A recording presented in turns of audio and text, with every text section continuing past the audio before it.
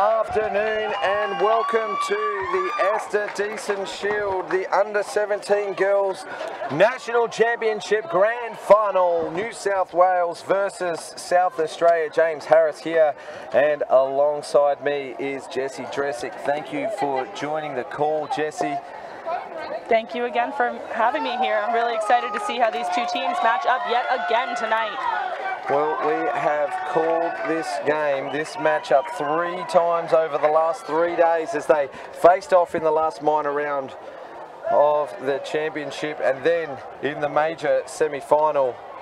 And today it is the grand final as South Australia won passage through to the grand final after a great result this morning over Victoria, 5 runs to 2. In the matchups so far between these two teams, they met twice in the minor round.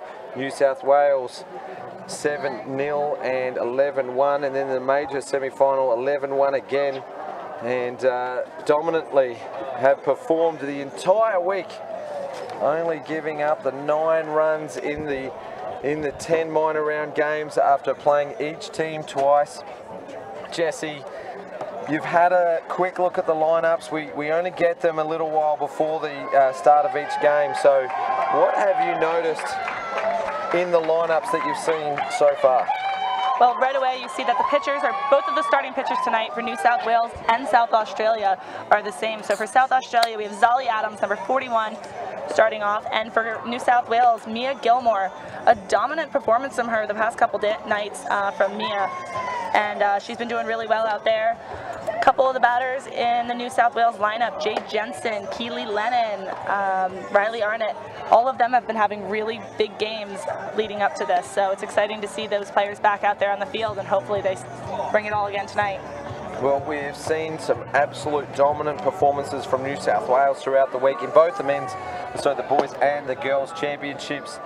But previous form doesn't really matter, because the boys' game showed it that New South Wales had beaten Queensland 4 times, 3 times in the minor round and once in the major semi-final in the boys, all run rule victories. And it's the tail of the tape here as well, with New South Wales run ruling South Australia all 3 times that they've faced off so far in the girls' championship. So what's it going to take for the South Australian girls to get over the top of New South Wales in this tournament?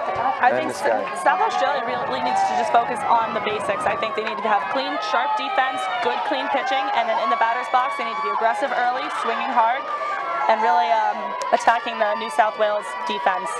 So, well, we will go through the lineups in just a moment, but we're 1 moment away from the first pitch of the action here in the Esther Deason Shield Grand Final for 2019. Zali Adams pitching for South Australia to New South Wales leadoff hitter Maddie Baker. She pops up to the right side and gets a live there. We saw their first race player from South Australia, Jenny Gray. She didn't really bust back for that ball. She sort of felt that she had a read for it and just kept travelling, didn't it? So we will reset for Maddie Baker, and a light early for New South Wales. You said that just moments ago, Jessie, that South Australia need to get the basics right.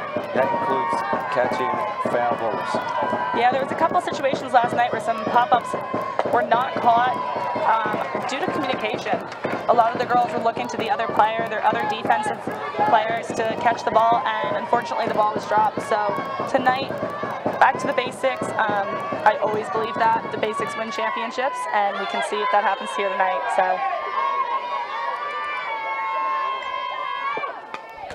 big swing and a miss on a rise ball from Adams, and Baker goes down in the count. 1 ball and 2 strikes. It's a intriguing battle, because Zali has started each of the last, well, the 2 times previous to this one against New South Wales, only going through the lineup once each. Yep, each time she's only made it through about 9 or 10 batters. She's handled them well, but each time they've gotten their momentum. New South Wales momentum has risen each time with the second time through the lineup. So well, Baker gets a good piece of that ball, but flies out to right fielder Claire Collins. I'll quickly go through the South Australian defence. Zali Adams pitching to her sister, Neve Adams. First base, Jenny Gray. At second, Abby Mossman. Third base, Cara Schultz. And shortstop, Jessie Keegs. The outfielders are Chloe Charlton, Michaela Collins, and Claire Collins. The designated player is Millie Fidge, and she's hitting for the pitcher, Zali Adams. We've seen the pitching change happen a couple of times around. First pitch, she gets after it and drives it opposite field. It's Chloe Charlton at left field, and a single to Nicole Conacher. And we've got a runner aboard for New South Wales. So 1 out and a runner on. Fly out to right field for the first out of the game. And then the very next pitch, Conacher gets a single to left field. So 3-hitter is Alyssa Mile for New South Wales.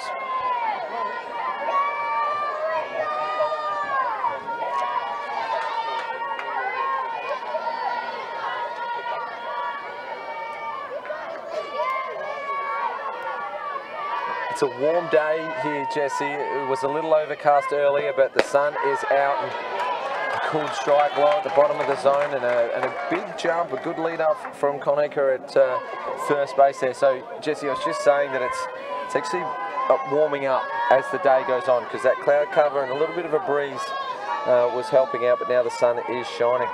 Yeah, earlier today when South Australia played Victoria earlier today, it was pretty warm out. So. Running bunt, attempt back to the pitcher, Zali Adams, and she overthrows it as Abby Mossman was caught on her heels. So the pitcher, Adams, fielded it, had to wait for second base player Mossman to get across, and just that extra moment of time, and she's let the ball go over the top of the head, and the backup from Claire Collins was important. 1 out, 2 runners on, both in scoring position for New South Wales for Riley Arnott. Again, the basics, Jessie, you said that's going to be the key for the South Australian team, as the nerves probably yet to settle. I mean, I spoke to Zali early in the week, and she was just glad that the tournament finally started. The build-up had been so long, and, you know, they're putting so much effort in, and then it became normal when she started pitching. Well, you know, this is different. This is a grand final. Yeah, every team puts a lot of training, and, you know, they're very committed to this. So for the games to finally be here, and now they're in the grand final, I think is an excellent thing for South Australia and for New South Wales. Well, Jessie, you weren't around last year to know this, but South Australia actually finished last in the under-17s. They did win their playoff game to officially finish 5th, but they lost. They came last in the minor round, so this is a massive turnaround to go from bottom to around the top as they play off in this year's grand final. Neve Adams calls timeout to talk to big sister Zali. Now, very impressive for Neve Adams is that she's actually age eligible for the under-15 regional titles that are being played at the moment in Perth, but because the clash of the 2 events, she's unable to play both, and she chose to play under-17s with big sister Zali, and here she is, she's starting catcher for the grand final. Yeah, very excellent.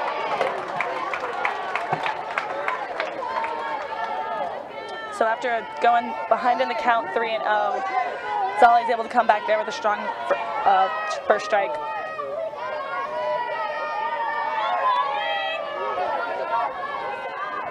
Riley Arnott in the box here. She's a really strong batter, so I think Zali's trying to be a little bit careful, and she gets her there swinging, so the count goes 3-2.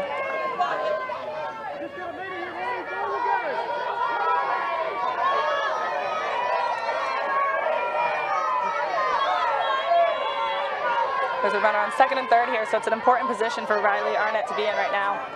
Hoping to score early here for her team. Big swing and a miss and a massive strikeout. Didn't catch it. Neve Adams know it. That's the second out. Excellent pitch by Millie there. Zali, from Zali, correction. Zali Adams, excuse me. Emily Paul, the centre fielder for New South Wales. She was a statewide super performer in the last game of these 2 plays, taking that running, diving catch out in front, out at centre field, which, you know, although the hitters did the damage, just showed in the field that they are so determined to win in all aspects of the game, and that's what makes them a champion side. Absolutely. Great pitch from Adams there, a low lifter that just gets through the top of the zone. So 1-1 the count. I was talking about what makes a champion side. New South Wales have done it 25 occasions in the Esther Shield out of the 50 championships. We mentioned before New South Wales had won 20 of the 28 that have been won in the under-17 boys, and they've won including the last 5 in a row. And although South Australia has never won one, trying to create a little bit of history of their own, New South Wales have never won 6 titles in a row. So maybe that is the magic number for South Australia, or it very much well could be New South Wales' year to show that 6th year in a row. So Queensland spoiled the party in 2013 and 2007. The only team to beat them since 2003 in a grand final. So South Australia has been in the grand final as recently as 2 years ago, 2017, under the coach of Tanya Hood. But New South Wales absolutely destroyed South Australia on that occasion. And another strikeout. So Huge Paul goes strikeout down there. on strikes, swinging, and she's not happy as she storms back off to the base with an unhappy look on her face.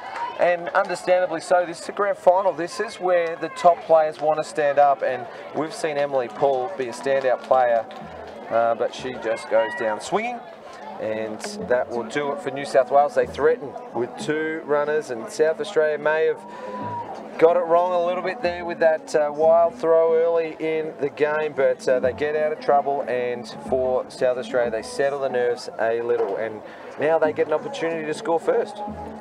Yeah, no, it was great to see. After Zali made that error throwing the ball to first base, it was really great to see her come back to the rubber, settle her nerves a little bit, and strike out those next 2 batters. So big step for there for Adams. And now we can see what the South Australia lineup looks like. Well, before we see any South Australian hitters, we can go around the diamond for New South Wales. Gilmore pitching to Arnott. At first base is Walker. Around the infield, Lennon and Wild, with Mile at shortstop. The outfield is Conacher, Paul and Jensen. Designated player is Baker, hitting for the pitcher Gilmore. And on the bench, they've got that deep pitching bench, haven't they? With Orsini and Rickson, and maybe even they've got another ace up their sleeve, who knows, in that pitching, the battery that New South Wales has. It'll be interesting to see the tactics from New South Wales. Will Gilmore go as far as she can? Will she pitch only 3 or 4 innings? And before we see Charlie Orsini or even Grace Rickson, Orsini's been impressive and intimidating, hasn't she? She comes onto the mound. So South Australia may need to jump on Gilmore, but that's easier said than done. You don't give the ball to a pitcher if you don't have faith in them. And the big lefty for New South Wales goes to the plate, and she'll throw to Jessie Keach. As Keach, watch that one over the outside edge for a strike, called strike, and we'll be fascinated to see what is happening out west as the SA Stars take on WA in the Gilly Shield preliminary final, as Keach gets a piece of this ball straight back to Gilmore for the first out, as she fires it across to Walker at first. Stepping up to the plate for South Australia is number 67, Chloe Charlton. Chloe Charlton, the new hitter for South Australia. She's playing left field and bats out of the left-handed batter's box. 2 massive games going on simultaneously.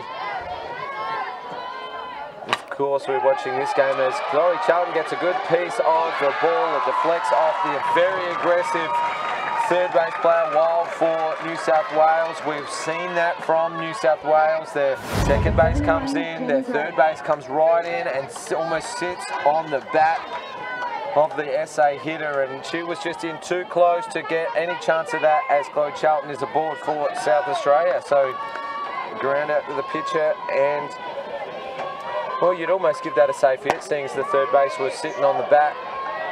But either way, Chloe Charlton aboard. This is Jenny Gray, who has had a pretty good tournament with the bat so far for the South Australian team, and pretty solid at first base as well. She swing and a miss, or a foul ball on that one.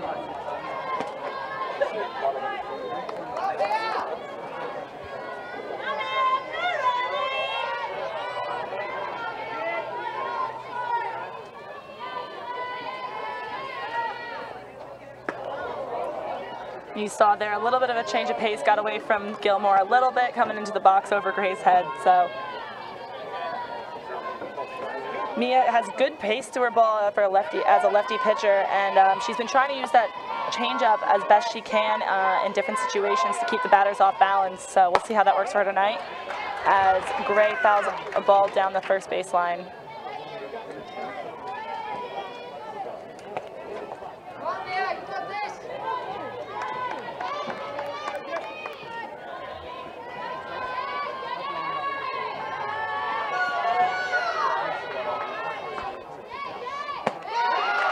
Another big swing and a miss there for Gray. She goes down for the second out of the inning. And with that strikeout, that brings up DP Millie Fidge, who's also had a great tournament this whole week. So it'll be exciting to see what she does here.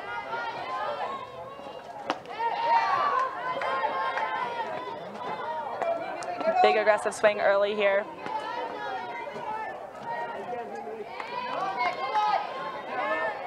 We will try to bring you as many updates as possible from the game going on out west, WA versus SA in the Cooley Shield, as this change-up just floats through the strike zone.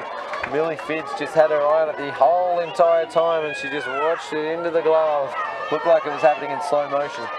Excellent change-up right there. So 2 out, runner on first still, and that curveball coming into the right-hander, and Fidge does well to foul that off. So surprising that Coach Sims hasn't sent Chloe Charlton yet to challenge the catcher early and maybe put a little bit more offensive pressure on. I know he's lost a couple of runners of late. Ball hit by pitch. That's got a, you can see a bruises come up immediately on that elbow. She's okay. And up next, number 26, Claire Collins.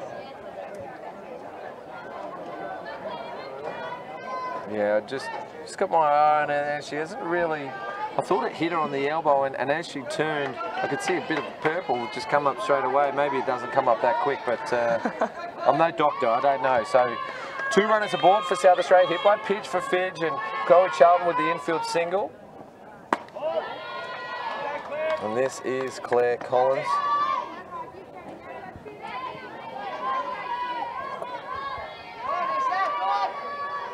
Shows bunt, but with a split grip, so she'll come back and try to slap this one with a bit of control through the field. Pulls the ball foul.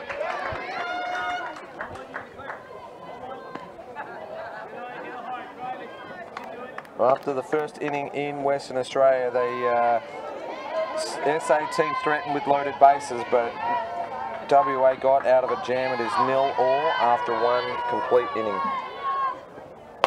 Collins gets a piece of the ball, and it's a ground ball to the left-handed second base player, Keely Lennon, and she waits for it as the runner goes past and then turns and throws for the 3rd out of the inning. So didn't overly aggressively come and get it, but was well in control of that one, as Claire Collins got that one on the inside, just jammed her for him a little bit, puts her on the heels as well, so she did have a little bit of time.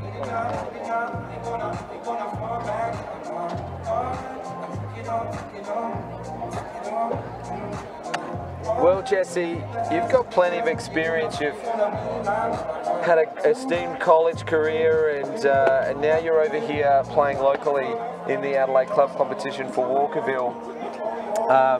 Have you played in many big games, championship games before, where it's all on the line?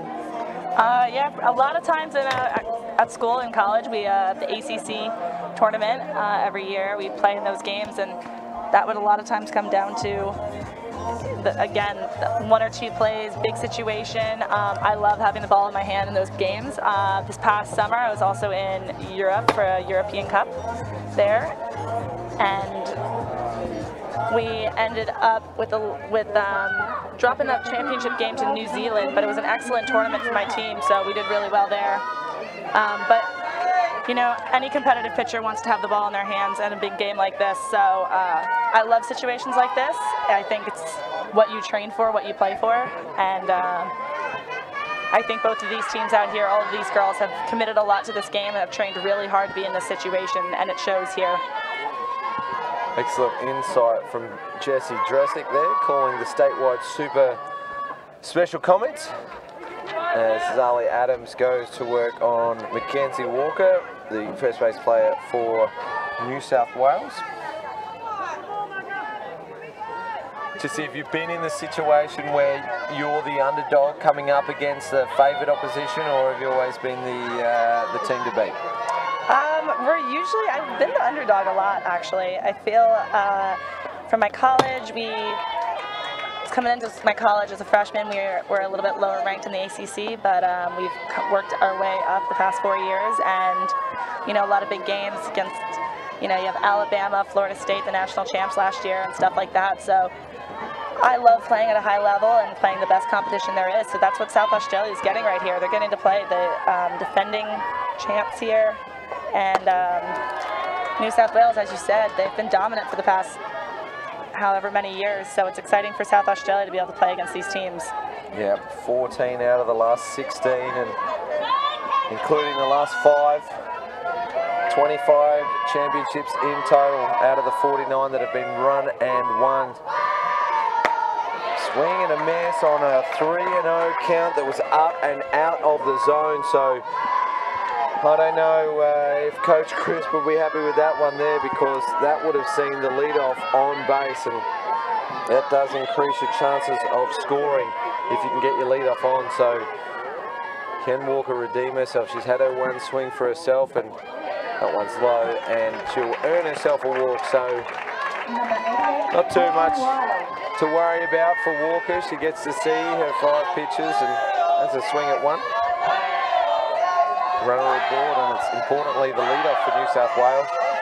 Caitlin Wild now on to bat, number 88, fielding at third base. So let's see what Coach Chris does offensively as he watches that, gets hit a while to watch that first one go through high in the zone. So maybe a little bit of a tactic. It's complete opposite to what we saw with the boys, didn't we? We saw aggressive first strike swinging, and it's, although it is 1 ball on Wild, she wasn't looking at swing at all. A running bunt attempt straight to Zali Adams, who gets the throw right on this occasion to Abby Mossman for the first out of the inning, but a sacrifice run is successful, and the runner Walker advances safely to second.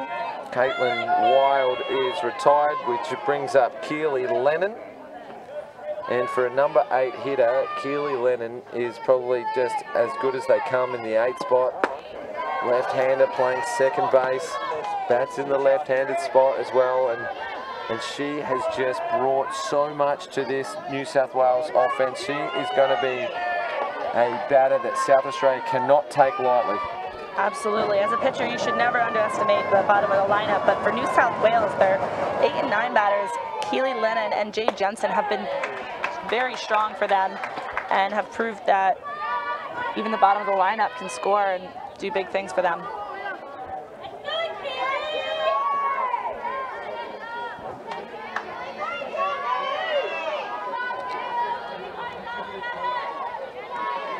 Runner on second base in scoring position with 1 out for New South Wales. There's big swing and a miss from Lennon, and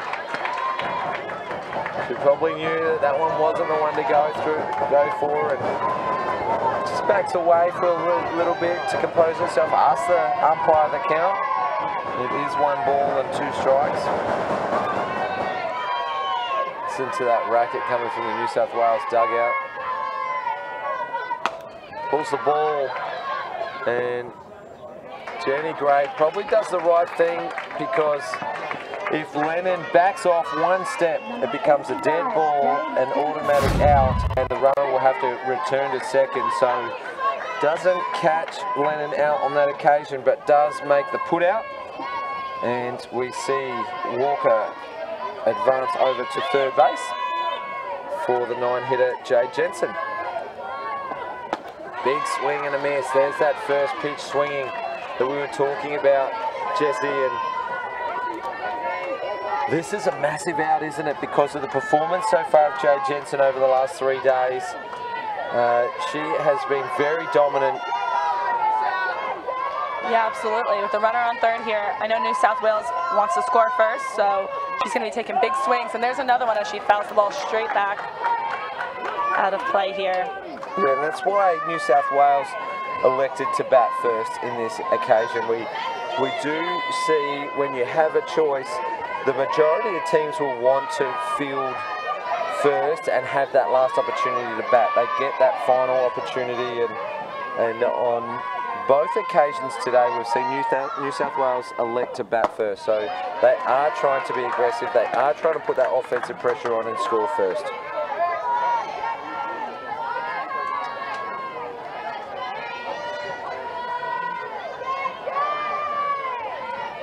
That sun's got a little bit of bite on it that didn't have just an hour ago during the Arthur Allsop Shield Grand Final.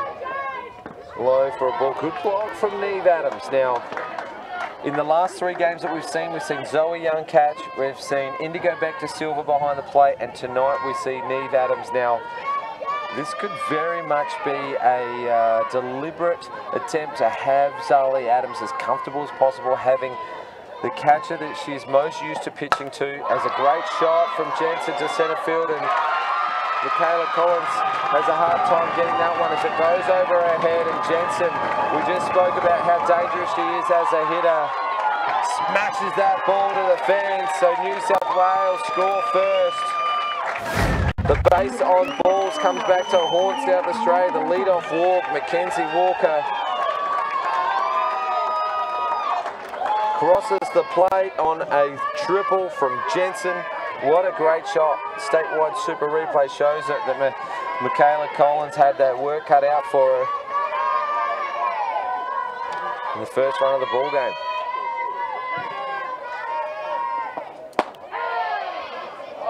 Yep, so now we have Jay Jensen sitting on third with 2 outs here as the top of the lineup. Maddie Baker comes to the plate, and I think that's part of the reason that they keep Jensen down there in that 9 spot, because she has been so consistent with her hitting and getting on base, and now she's in scoring position for the top of the lineup to come in and score her. So well placed. She gets a piece of this ball right side, and it's just off the line.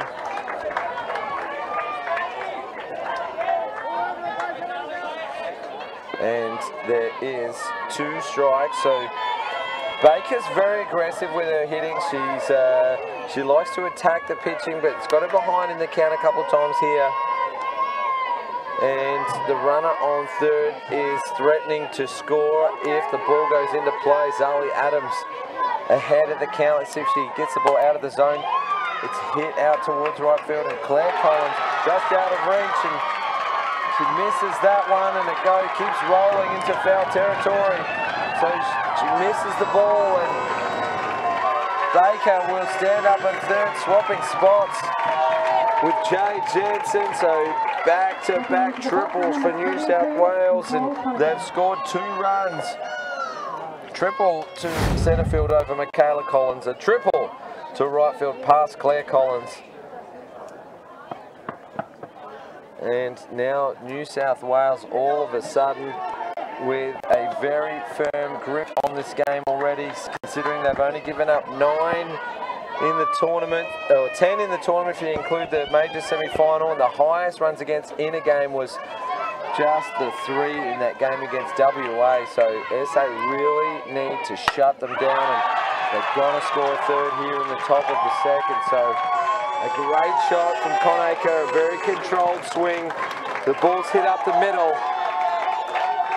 3 hits in a row, and that's going to bring a visit to the mound from battery coach Steph Trzynski.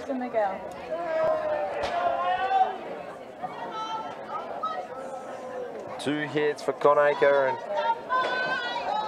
we did see a couple of pitchers warming up before the game in Munro and Fidge. Jesse, talk us through what battery coach Steph Trzynski will be saying right now to her field.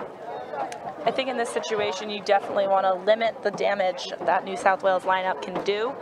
So it looks as though Zali Adams will be staying out there, and hopefully she can just settle a little bit. There's a runner on first here, so there's not the pressure of having someone in scoring position quite yet. But I think if they can get out of this inning with just the 3 runs, that would be big for South Australia here. Again, the past 2 nights, pitcher Zali Adams has only thrown to 9 batters or so. So right now she's on her 12th here with Riley Arnott in the box. Correction, that is Alyssa Miles in the box right now for New South Wales. Yeah, Adams coming in hard and high. Just trying to come in aggressive after just that short timeout called and 3 consecutive hits to New South Wales. Swing and a miss as the runner goes, and the ball has hit the runner, but she was diving in head first and couldn't get up in time to take advantage of a ball that just goes a little loose. So the aggressive base running keeps that offensive pressure, and this is where we saw last night that offensive pressure causes that South Australian defence just to get on their heels a little bit. So they really, as you said at the start of the show, need to get the basics right. As this ball's hit out to Chloe Charlton at left, and she just lets it bounce in front of her. She throws off balance to the cutoff. Cara Schultz didn't have a play at home, and 4 hits in a row, and Alyssa Mile goes to second on the throw. So the run scores from second.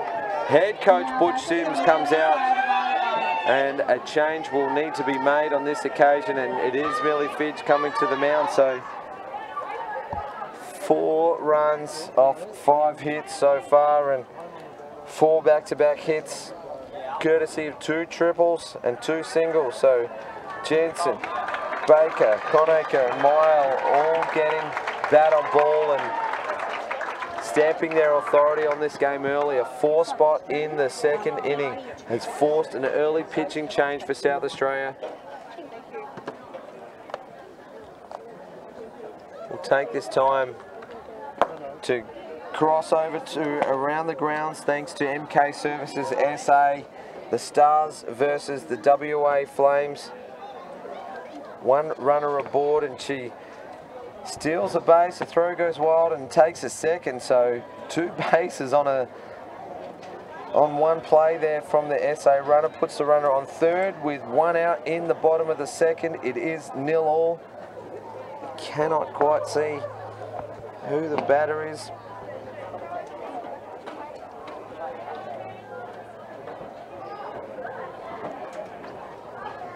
Terrific to see some live streaming going on around the country. Squeeze play at home, and the Stars score.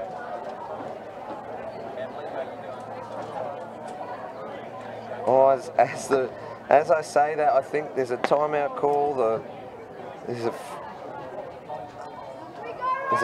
frozen. The broadcast is frozen. Let's stay with the action here. Millie Fitch has taken her warm-up pitches. I'll get back to you as soon as possible with a score from Around the Grounds thanks to MK Services SA. Well, New South Wales, it's been all New South Wales in the second inning so far. 7 batters, 4 hits and a walk, a sacrifice bunt as well. All their batters doing a job here. This is Arnott, the hitter for New South Wales, and Millie Fidge gets straight in there for a called strike. Arnott was quite aggressive, and she went down on strikes. The first turn at bat fouls this one off.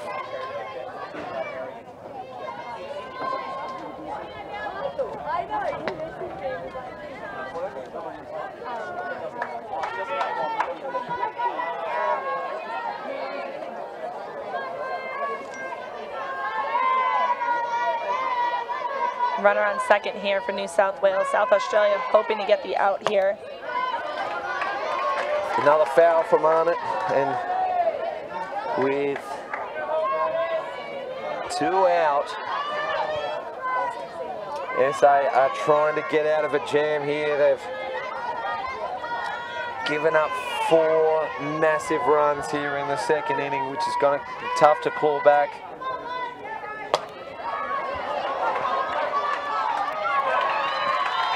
Oh, another one for New South Wales, another head and another run.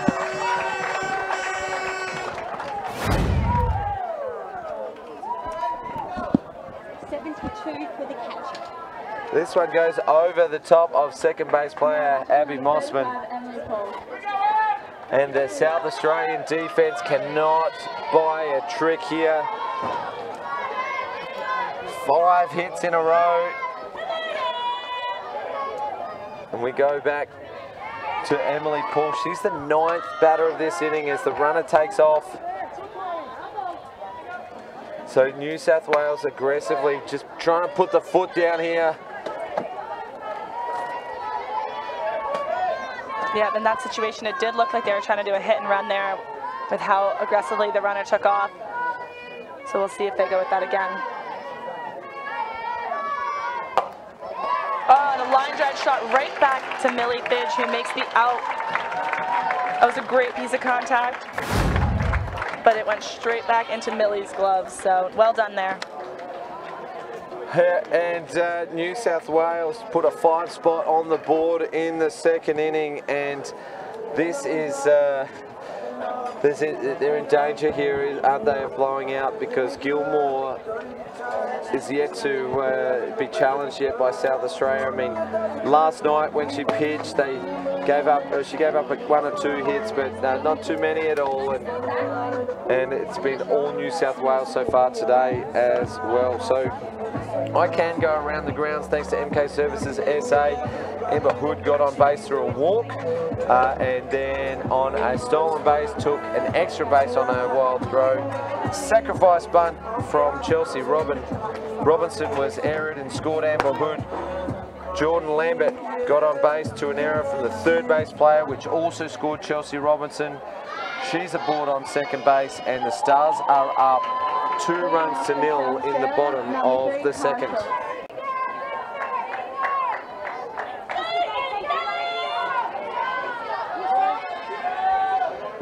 Hashtag Summer of Softball continues. The first of 4 national championships up for grabs this week saw Queensland go over the top of New South Wales in the Arthur Alsop Shield.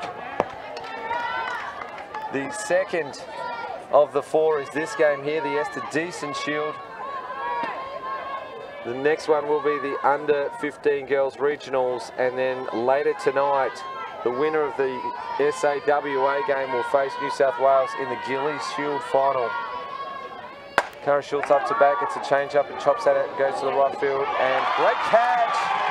Taken at right field from Jade Jensen. That is the absolute difference between the 2 teams.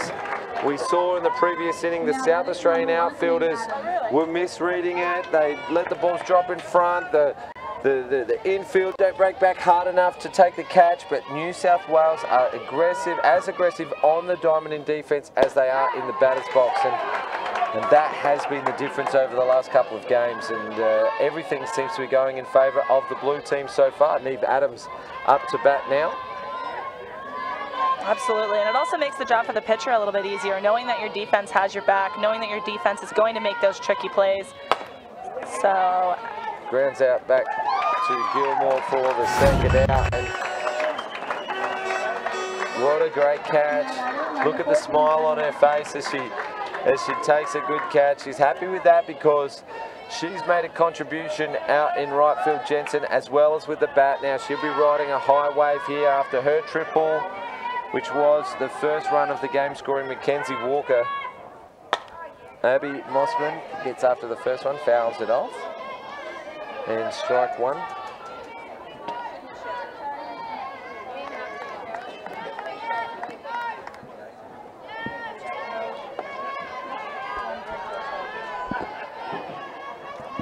Goes after this one as well, gets a fair piece of it, but she got under it as it was a high ball. And that'll do it for South Australia in the second inning. As easy as you like for New South Wales. A fly ball to right field, a ground out back to the pitcher, and a fly ball to shortstop. 3 up and 3 down. Probably took about 5 or 6 pitches, and they're out of the sun, and they get to go back into the batter's box and try to put a couple more runs on this South Australian team who are flailing at the moment, and they really are up against it, aren't they? The might of this New South Wales team. It's quite something, isn't it? They are something to behold. No, absolutely. And I also, you mentioned it there, quick innings, quick defensive innings, just keep the momentum of the offense going for New South Wales. Now remember, they got a bye this morning, so South Australia played this morning in the heat and New South Wales didn't have to. So in this second game here for South Australia, the heat starts to take a toll. These pitchers have had a long week, the whole team's had a long week, so when it gets real hot like this, it's important to limit the time that you spend on defense and focus on your offense as much as you can. Well, we are back with the action here in the top of the third innings, and New South Wales in a commanding 5-run-0 position. Walker takes advantage of that, and there was just no communication there between the SA defence. Jesse Keats broke hard for the ball, doing the right thing. Michaela Collins went hard for the ball, doing the right things, and then they both backed out. The statewide super replay will show it. And it lands right in between the two of them. You cannot pick that gap if you tried. And Walker is aboard safely. Yet another hit. Yeah, unfortunately last night we saw a similar play like that where all 3 fielders broke really hard for the ball, but there was no communication on who was actually going to make the play. So, well, a pass ball allows free passage for Walker to second base, and SA just need a leader out there to stand up, but all I can see at the moment is some hands on hips, and the posture's not that great either. They really need to step up here. Another wild pitch goes to the back net, and Walker in 2 pitches, well, in 3 pitches. 1, she gets aboard safely from miscommunication in the field, then the next 2 pitches, consecutive wild pitches into the back of the net, and 3 balls is the count. 3 balls, is it? She only faced 2, right? It's only been 2. Oh, great catch, a good reflex catch from Millie Fidge. Takes this ball just out to her left, and she had to reach for it in her follow-through. So finally for South Australia, they make it out, and perhaps they can settle a little bit here, but defense is still under pressure because that runner's on third base. It's 1 out, and up to bat now is Keely Lennon. She goes after the first one. It goes in the sun. Jesse Keats backs out of it, but Cara Schultz does not take her off the ball and makes a good catch. That's 2 out. So perhaps this afternoon sun is a bit of an issue for the SA team.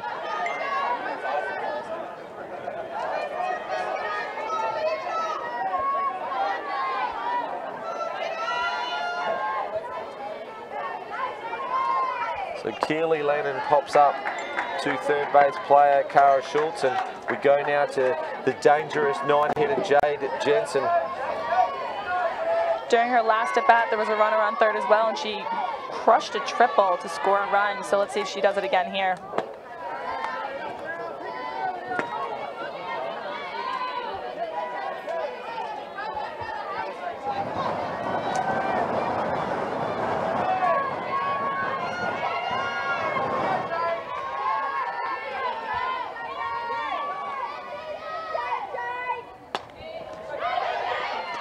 That was an excellent changeup right there from Millie Fidge. Low and away, making Jensen reach for the ball a little bit. She pops it up into foul territory here, so no damage then.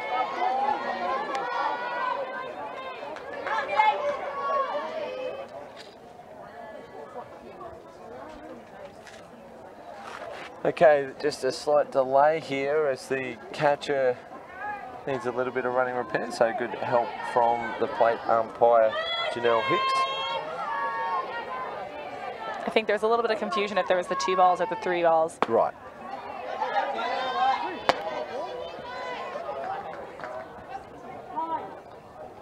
Timeout's called, so we're going to just clarify that. So while we get a chance, we might go around the grounds thanks to MK Services SA, and we've had an update through from Perth, is that with the runner on 1 and 2 runs scored, Vicky McFarlane for the Stars was walked and went to second on a defensive indifference. Jordan Lambert moved to third, and Maddie Cameron up to bat. Western Australia passed her up to load the bases for Georgia Hood, who grounded out, and Jordan Lambert forced out at home. 2 out, loaded bases with Belinda White up to bat, but and Vicky McFarlane actually scored, so perhaps that was on a pass ball. So 3-0 up as Belle White grounds out, and so a good second inning for South Australia to go ahead 3 runs to 0. Pretty smart passing there on Maddie Cameron. Yeah, sure was. As a 1-3 split, sees the runner take second unopposed, the fake throw over from Adams, and then pumps it up towards third base, and Cara Schultz tries to attempts a late attack. State White Super replay will show the runner go from first, and then the throw over to the pitcher, and then the pitcher tried to get the runner at third, and safe is the call. So a little bit of a change of pace maybe from Fidge as we go back to the top of the order for New South Wales, and Maddie Baker, her 3rd time round. It is just the 3rd inning. She's hit both her turns at bat to right field. One was a catch for Claire Collins, the other one just went right by her for a triple. Has a big cut at that one and fouls it off.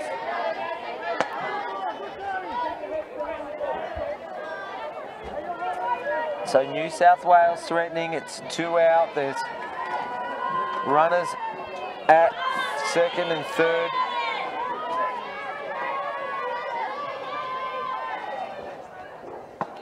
Low for a ball, so Baker's actually had a pretty good turn at bat here. She's aggressive on pitches in the zone, and 3 balls and 1 strike now, so she will, if she gets a look at one down the middle, she's not going to hold back, I wouldn't say. Low for ball 4, so Fidge walks, the bases loaded for Nicole Conacher, who has already had 2 hits in this game. It's her 3rd time at bat, is just the 3rd inning, and gee, New South Wales are going to be tough to beat from here.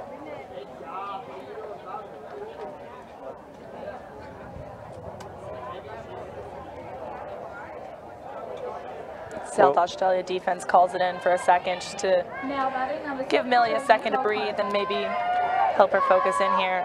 Some big defensive plays would really help her out here. Well, New South Wales surely are dominating all national championships so far, and I don't expect that to change throughout the rest of the month of January. As next week we go across to Canberra for the under-15 boys and the open men's, and aren't New South Wales strong just in every age group and every division, and some of those big name players for New South Wales in the open men's, the likes of Kieran and Liam O'Leary, Hayden Matthews, Aidan Cajun and Nathan Dickinson, and I know they'll be watching from New South Wales as they support their fellow Blue Bloods. This ball is popped up to Michaela Collins and takes a good catch, and an important catch out at centre field for the 3rd out of the inning. So South Australia get out of a jam, and they didn't give up any runs, but they're still chasing 5. After 2.5 innings, we've seen the first half of the 3rd, and SA really need to get back and onto the board. Yeah, absolutely.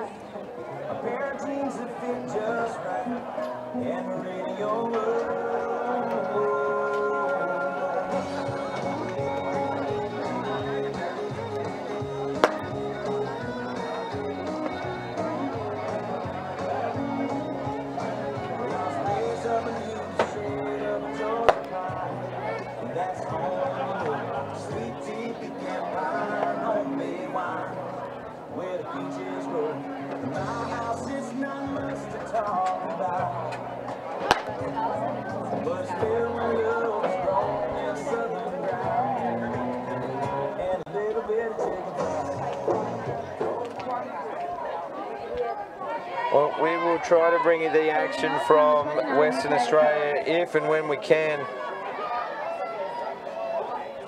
Right now we have number 29, Kayla Collins, stepping in against Mia Gilmore here.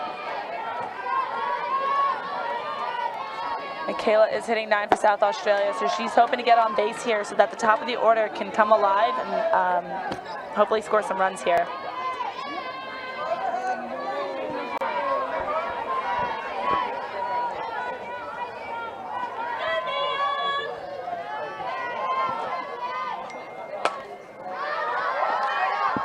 She gets a hold of one there, but pops it straight up to the catcher.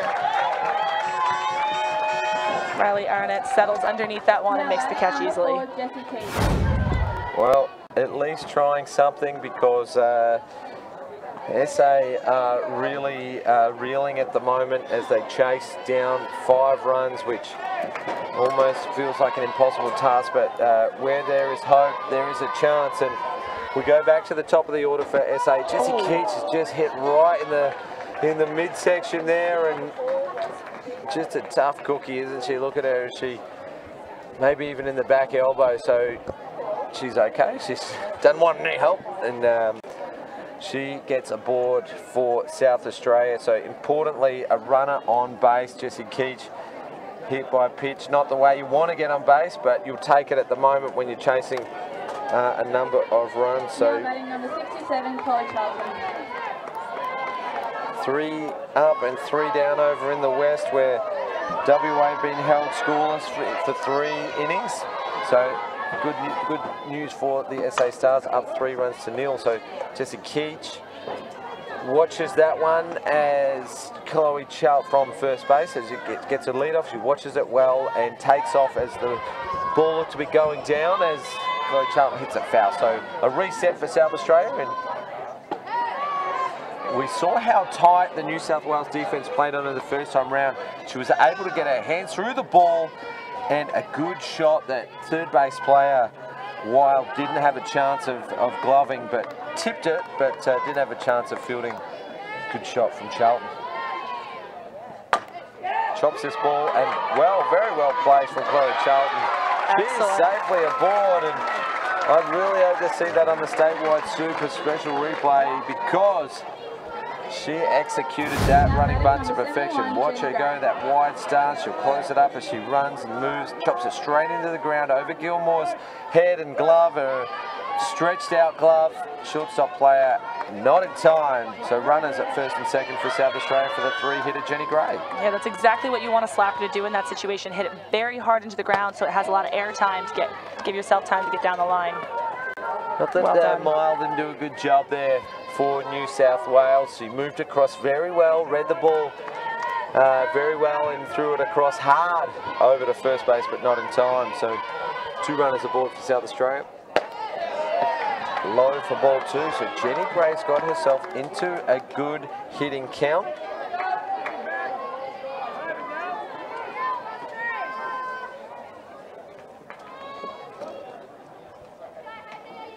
And the field is just moving around a little bit there. So you can see the sun affecting play as the left fielder puts her hands up in front of her eyes. They've just shifted the left fielder just towards center a little bit. Low for ball 3, and she's got herself into a really good hitting count. The right fielder's in pretty tight. The left fielder's moved around only a few steps. I do believe the home plate umpire called that one a strike there.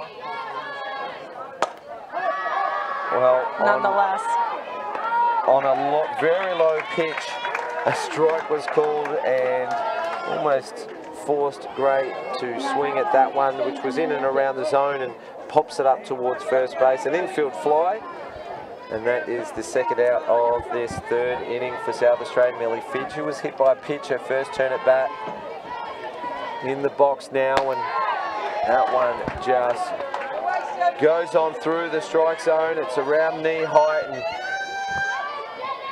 just wants to have a look at it, keep settled a bit, because she wants to do a good job for her team here, get the ball into play and move the runners around, and she watches this one through and on the outside edge for ball 1.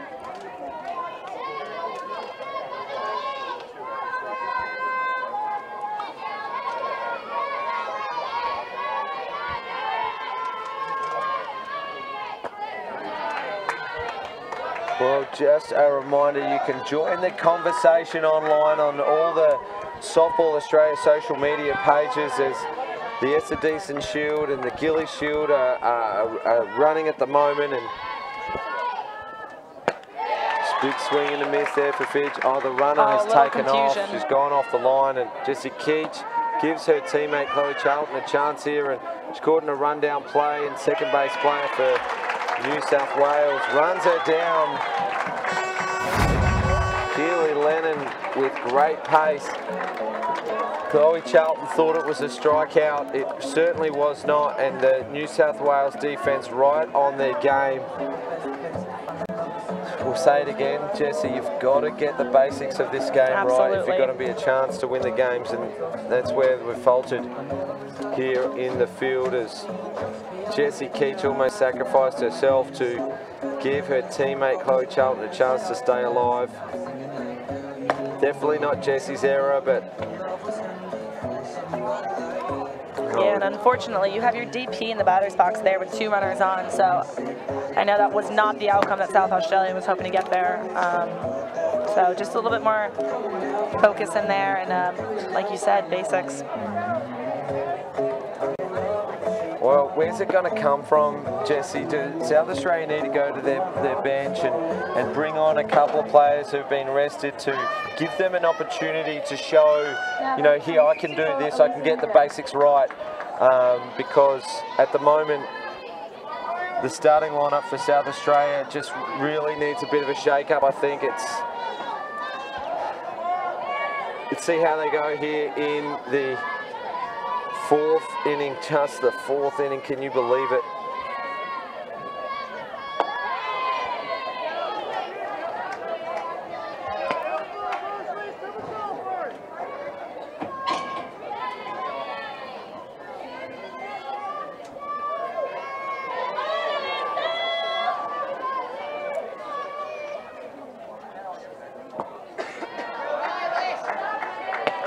Mile up to bat for New South Wales as we see New South Wales in the very heart of their lineup.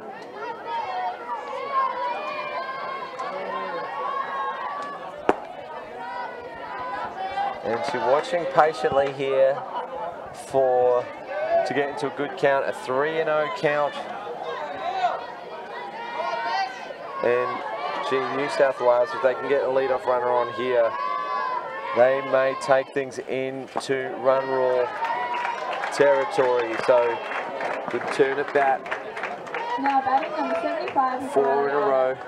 And Arno will come into the box. She's had a strikeout and an infield single so far in the game, her 3rd time up. I think, unfortunately, with a lineup like New South Wales, you have to limit the runners that you give free passes to. As a pitcher, you never want to give the leadoff runner either a walk or a hit by pitch. Just got to limit who gets on base so that the batters cannot score. That is the 2nd inning in a row that South Australia has led off giving a walk.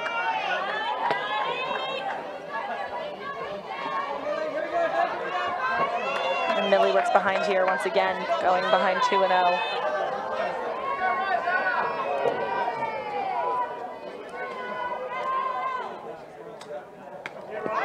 This one gets away from catcher Neve Adams as the runner doesn't just hold up at second. She's looking for that extra base, and that aggressive intent for New South Wales has been present the entire game and continually putting SA on the ropes. It's another 3-0 count, 7 balls in a row this inning for Fidge. That one's in there for a strike, so perhaps just getting into a groove now. This championship will change to the under-16 age group next January, so all these players will likely go up to under-18s and back-to-back walks to start off the 4th inning for SA and Millie Fidge. So, as you said, Jessie, the last 3 innings, the leadoff has got on, the 2nd inning with a walk, the 3rd inning with a single to center field, and the 4th inning a base on ball, so very costly.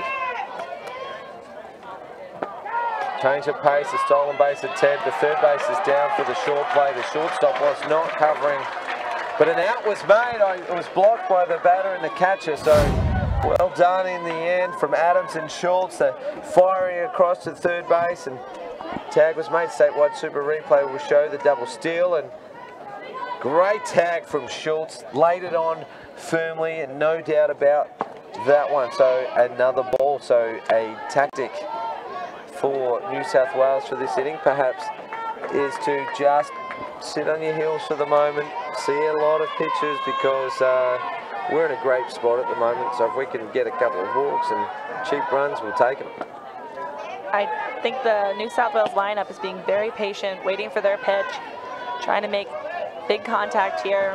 With the 5-run lead, they can have that patience pretty comfortably. Emily Poole, the hitter for New South Wales. I think it's 2-1, 3-0 maybe. That one's a called strike, so Emily just taking a chance to compose herself a little, and a deep breath. It's 2 balls and 2 strikes. Runner on second. Timeout called. Is that by the coach or by the player? Actually, I like this from Coach Chris, just going over to his batter and just getting her to take a breath, because out of the entire lineup, Emily Poole has struck out and had a line drive back to the pitcher. I'd say that she's probably used to being one of the big hitters in the lineup, because she's batting in that 5 spot. So he's just trying to get his hitter composed, and she watches through for a full count now. So 3-2, she's got herself back in the count. She looks keen to hit, but she also wants to do a good job for her team. So payoff pitch to come, and runner on second is on the move. A ground ball to shortstop Jesse Keach. He waits for it to bounce one too many times, and not aggressive on that ground ball. And so New South Wales take advantage of the SA defense yet again and pull aboard safely.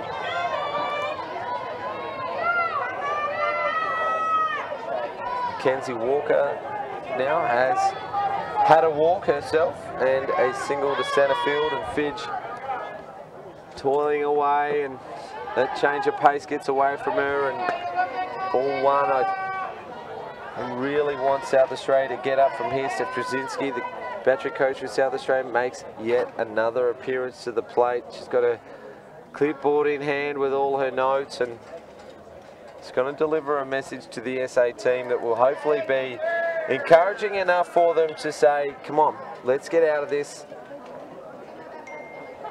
There's nowhere, oh, there's 1 out on the court stealing. Let's see if we can go around the grounds thanks to MK Services SA. South Australia went 3 up and 3 down in the 3rd inning with no runs scored, and they will lead 3-0. So it can be done. Don't get me wrong. I mean, 5 runs down at the moment might seem tough, but if South Australia can get out of this inning and just start to get it back 1 run at a time, 1 hit at a time, we can see them make a game of it. So we are right behind you, the SA girls, and standing in their way is this imposing New South Wales lineup, and Mackenzie Walker with a 2-ball count. Millie Fidge shades the sun from her eyes to see the signal. Gets into emotion, and a foul ball from Walker. As it was mentioned yesterday, Jesse, the batter, the catcher and the umpire are all in the shade. Yeah. And then with the sun glaring on the eyes, it's hard for the pitcher to see. It's definitely tricky, especially with that shadow hanging over the catcher there, looking in. Definitely need to take a second and really focus on what you're throwing. Low for a ball, so 3 balls and 1 strike. I think the message from Trzynski was clear, because we've seen a couple of change-ups to Walker, so obviously a plan. high for a ball, and believe it or not, Jesse, 3 walks in 1 inning, an error from the shortstop, and SA not doing themselves any favour. We've got loaded bases for Caitlin Wild, the third base player. Yeah, unfortunately, Millie, she's an excellent pitcher, excellent young pitcher. She's really aggressive, usually works ahead of counts to batter. So I think she's looking a little bit uncomfortable out there. Well, a pop-up to the shortstop, an infield fly, perhaps should have been called. And is this going to be a sacrifice? Caught napping again. The SA girls will be happy with the out. But Arno just cruises home. Let's watch the statewide super replay. Jesse Keach breaks back hard for it, takes a good catch, but forgets about the runner. That's another heads-up play by heads-up base running by New South Wales there.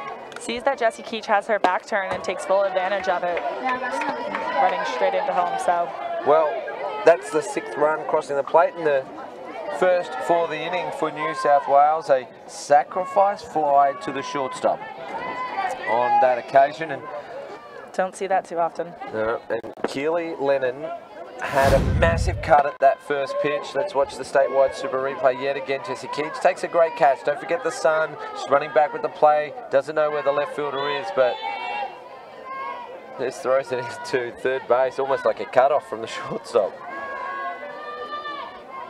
Keely Lennon high for a ball, and just a duck away from that one. And what's South Australia going to do to get back into this, Jesse? Hopefully get an out here. This has only been a 1-run inning, so if they can get out of this inning without any more damage. Well, here's their chance, a pop-up. Jenny Gray racing to get under it and takes a good catch. Nice they job. do get out of this inning relatively cheaply considering. And the 1-run scores on a sacrifice fly from Caitlin Wild. Sacrifice to shortstop. Statewide super replay showing Jenny Gray taking a good catch, and with the sun to contend with and that the offensive pressure coming from New South Wales, that wouldn't have been an easy catch to take. So a fly ball to first base. Just wondering if an infield fly was called on that one that the shortstop took. I do know the rule is within reasonable effort, so the shortstop breaking hard back, no infield fly rule called. The catch was taken in the end, so it didn't matter. And New South Wales absolutely pumped. They're dancing on the diamond there, the middle infielders, as we see Mile and Lennon dancing away to the background music here at West Beach. Yeah, there's definitely a great atmosphere for these grand final games. The game right before this, for the men's, tons of fans, great audience, a lot of emotion for that game. And we see that again here. Full grandstand tonight for this grand final game, as Millie Fitch steps in for South Australia, hoping to do something here to spark her team. The dugout over there for South Australia is a little bit quiet, so hopefully they can pull it out here.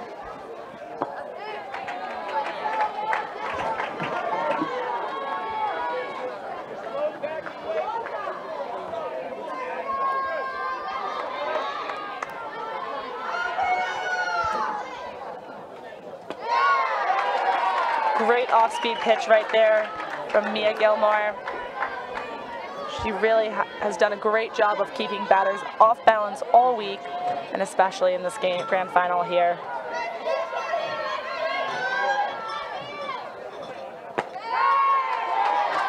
Strikeout looking for Millie Fitch in South Australia with 1 out in the bottom of the 4th inning. So timeout called, and Gilmore's job is done. She's held South Australia to no runs in 3 1/3 innings. And New South Wales are celebrating. We can see the high fives, the high tens just all around. There's some fist pumps going on the diamond as the new pitcher is Grace Rickson for New South Wales. We go from a left-hander to a right-hander, and she threw 2 nights ago against South Australia in the final game of the minor round, and she was terrific. She held the South Australian girls, and it's going to be, if they thought it was tough to get Gilmore away, well, now they've got to come up against Rickson. And not only that, but they need to put 6 on the board to tie it up. 1 will do at the moment, because you know, anything can happen if the floodgates burst open. But then they've got to come up against Charlie Orsini. You know what, Jesse? As New South Wales start to go to their dugout and to their bullpen, I wouldn't be surprised if we see most or the majority of the bench make it onto the diamond, because they're in control of this game as we speak. 6 runs to 0, and yeah, absolutely. Especially in the grand final game, you know, it takes the whole team to get them here. So I'm sure they're going to put a lot of the players out into the field. Grace Rickson, we watched her 2 nights ago, as you just said. Another excellent pitcher coming out of the New South Wales lineup. I've been very impressed all week by the caliber of these pitchers that are coming out. All very different. Mia Gilmore is really strong, dominant lefty. Grace Rickson right here, she's also very dominant, attacks batters early and controls the strike zone really well. And then you have Charlie Orsini, who's just got incredible energy out there, commands the field well. And all 3 of those pitchers have just led their defense to this grand final game. So it's exciting to see another pitcher step out for New South Wales. Yeah, I like it to see it as well, because you share it around, it is a team performance, and these 16 girls have worked so long together, and from both teams, and they are going to want to share it with each other as well, should they remain in the lead and become victorious, and South Australian girls as well, should they come back. And it's good to see. It's good to see. So Claire Collins gets a change up through the zone, and a strike is called.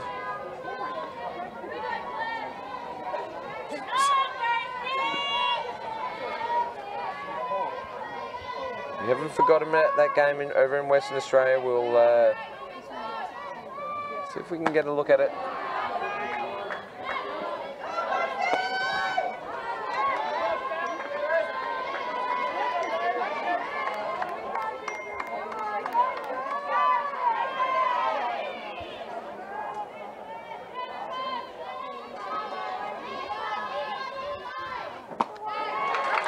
And a big swing and a miss there by Claire Collins, as Grace Rickson gets her first strikeout of the evening.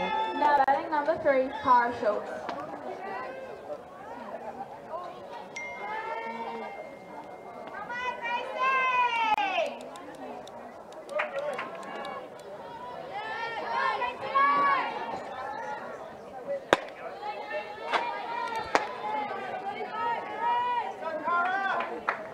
Cara Schultz up to bat for South Australia, and they really need to get something going here. There is 2 out here in the bottom of the 4th, and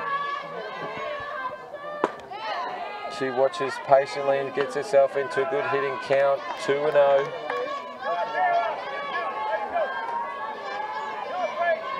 It's been a hell of a tournament for the South Australian girls. Don't get me wrong, they still finished in 2nd place, and they earned the right to be here today.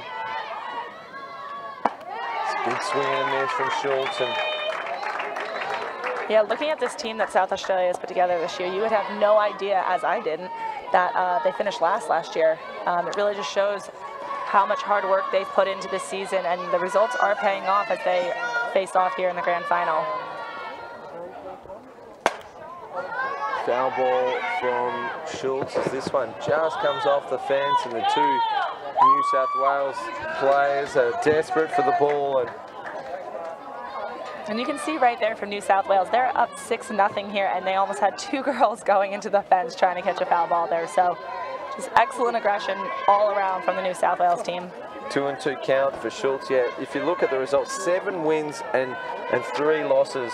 2 of those would have come against New South Wales, and it's a terrific performance from the girls. Cara Schultz likes to look at that one, fouls it off, and remains in the count.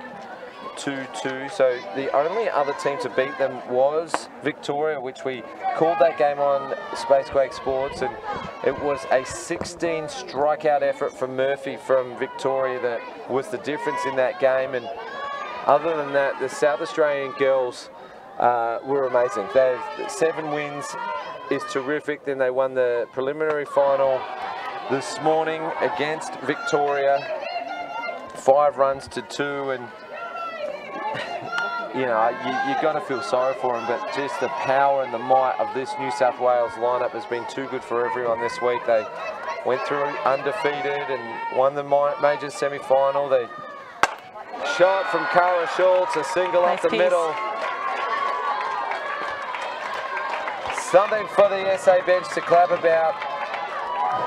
Change coming in the batting lineup for South Australia. Cara Schultz comes in with a single. Be interesting to see if they keep her on, because she had that ankle injury, and just goes to show that, you know, SA didn't have it all their own way this week. She suffered an ankle injury earlier in the week, so one of, you know, the batters that South Australia would have been expecting to contribute throughout the tournament, and great to see that she's back in time for this grand final, and she gets a single and rewarded for her effort. So Neve Adams was due up, and Peyton Daniels is going to come in. 43, Peyton Daniels.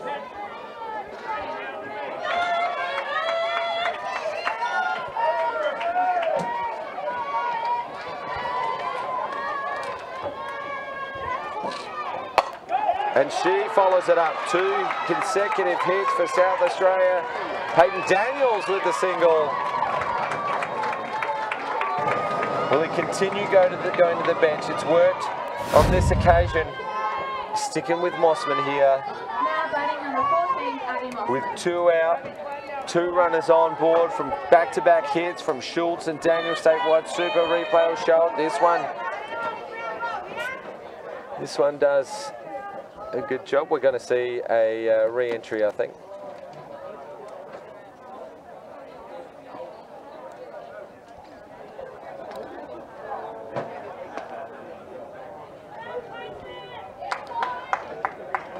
Well, it's not a re-entry. Zoe Young's coming in to run for South Australia. So we saw Neve Adams come out. We'll have to watch this one with interest because of the substitution. Unless he does a re-entry and then does a catcher speed up. I think he realized. Stays the same because of... Did you hear what the umpire said there? I did not catch that. I think. So Daniels has come in for the catcher, and with 2 outs, that would have enforced a catcher speed-up rule. But if he submitted that player out, no, Neve can Neve re-enter after a substitution? Oh well, it's starting to get a bit too technical for me. Only pretend to know the rules.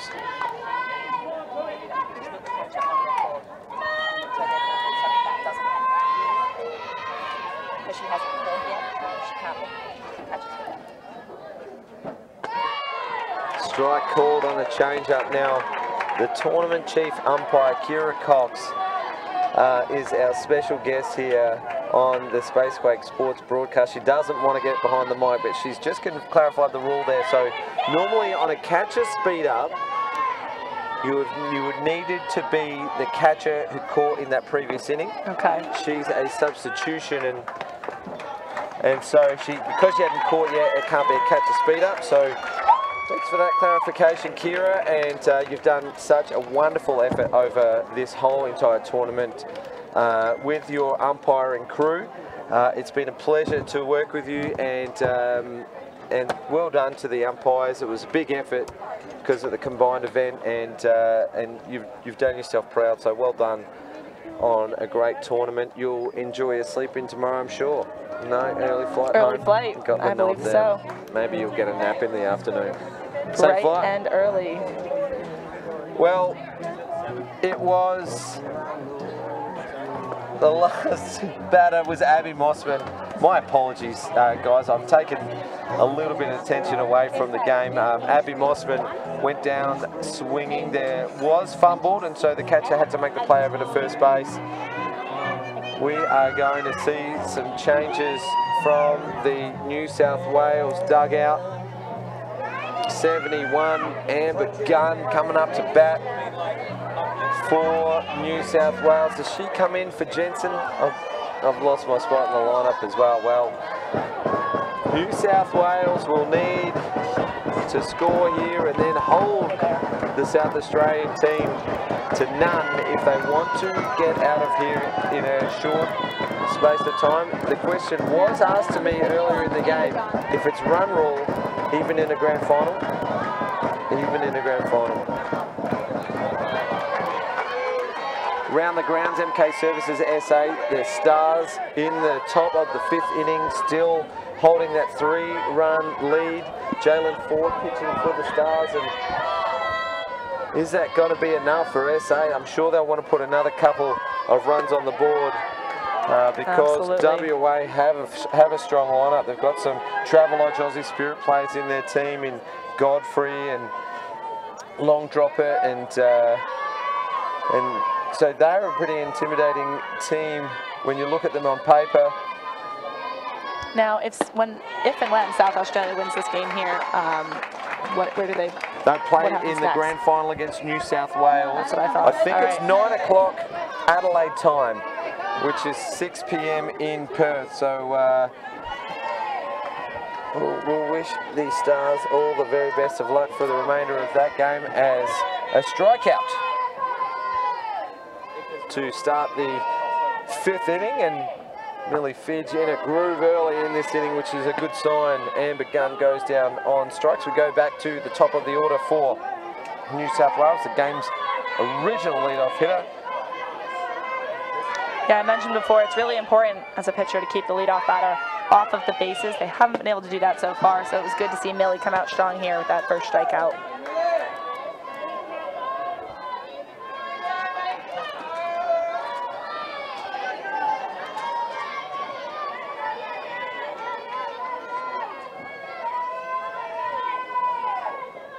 Good change of pace, and Baker actually does well to get bat on ball and puts it into foul territory.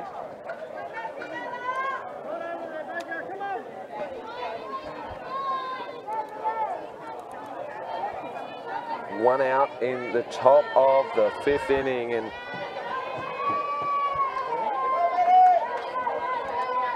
as the SA team start looking for some answers, they've got to find a way back into this game, and it's got to start here in the defense. They've got to do what they can to hold New South Wales to no score.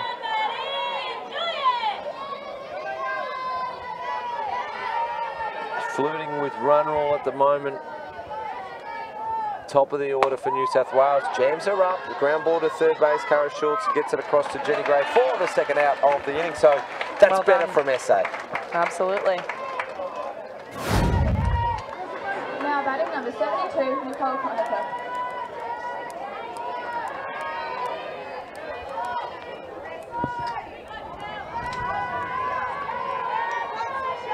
But Conacher has had 2 hits so far in this game. Pulls this one foul.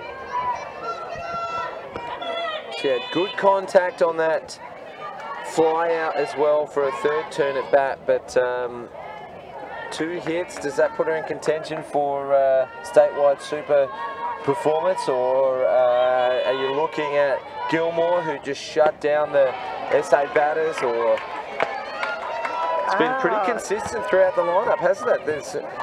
Baker has had a triple and a walk. Conacher's had 2 hits as well. See how she goes here. We saw Jade Jensen with a triple and a walk. And also a great catch out in right field. Great catch at right field as well. So maybe the defensive performance of pitcher Gilmore, but over on the SA side, we've seen that Cara Schultz has had 2 good pieces of the ball, Yeah, a fly out to right field and a single. Absolutely. As we've seen, there's no easy point in this New South Wales lineup here. They don't let up. every point in the lineup. They swing hard, they're aggressive, and they get it done, they execute. So it's tough for the South Australia defense and for all the pitchers. So all around great performance once again from the New South Wales lineup. There has been 4 hits for the SA team. Oh, great pitch on the edge, catches it, and SA do get out of that inning, 3 up and 3 down. So can I sense a little bit of a shift in momentum? Have New South Wales taken their foot off the pedal, and South Australia showing a little bit of fight as well to stay in the game. So we'll at least go to a 6th. Hopefully we go the entire distance.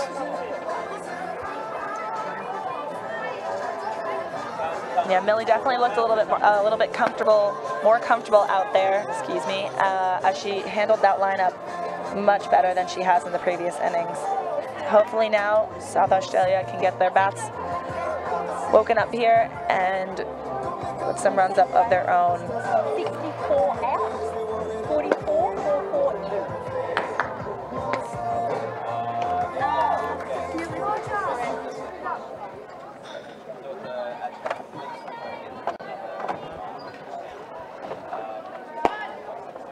South Australia will be starting off at the bottom of the lineup. Number 29, Michaela Collins stepping in here. I've said it before, it would be perfect and key here for Michaela to get on base, get into scoring position, and let the top of the lineup score her. So hopefully she can do just that here.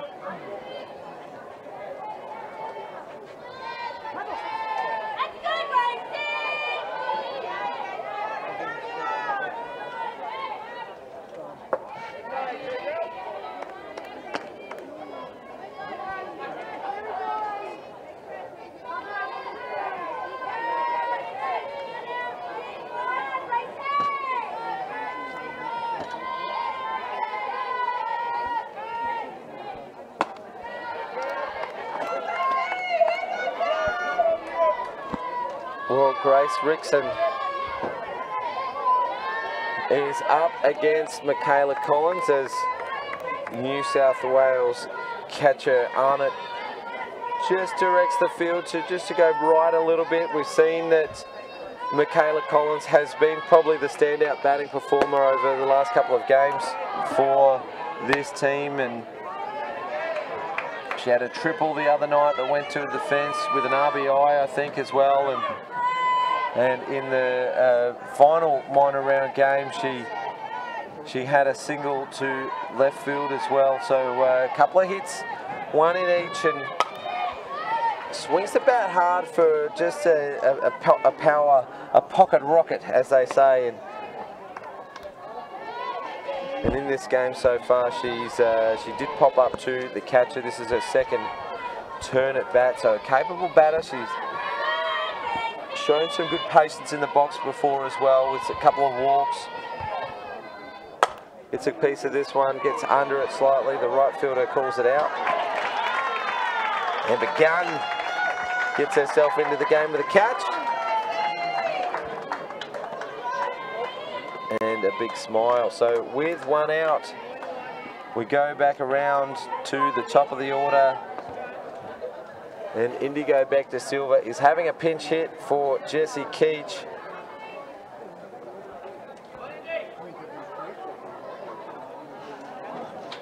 Over in the west, it's the bottom of the 5th inning with 2 out for South Australia, runner on first base. So threatening again the Stars. The winner of that game in the Gilly Shield to play off in the final against New South Wales.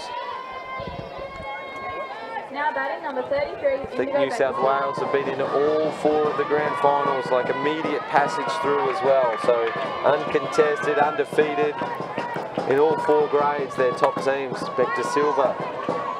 Reaches for that one, a swing and a miss, swing and a foul.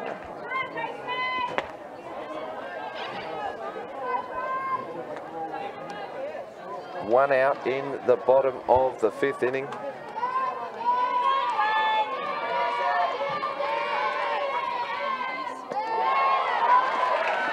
Great change-up there from Rickson.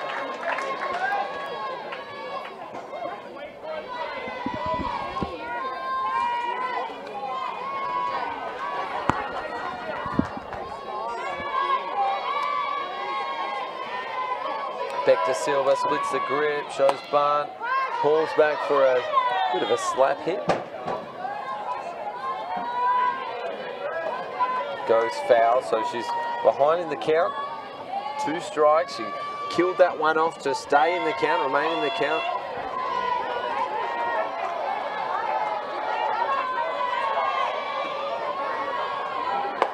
Pulls this one foul to the right side, and Coach Benedictson just has a little trouble trying to field that one as it bounces off his foot.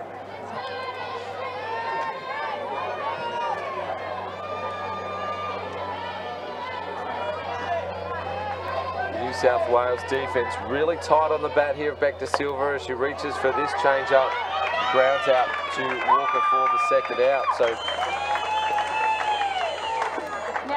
digging deep, the SA girls, they're going to the dugout and the bench for some changes, trying to make something happen. Chloe Charlton back up to bat. It's her third turn in the box. She's got a single to left to third base, well, deflected off third base and went to left field.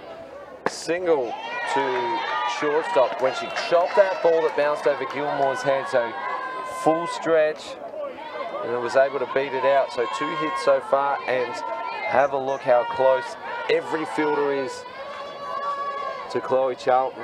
She's been going left side, opposite field. Just jabs at that ball and goes foul. I think it adds another level of pressure for the batter, having that defense right on top of you. I know New South Wales, they have the unconventional defense with the second baseman right up next to the pitcher and the first baseman back. So Charlton's going to try and work around the defense here, placing a ball that she can get to first on. Well, that was pretty low.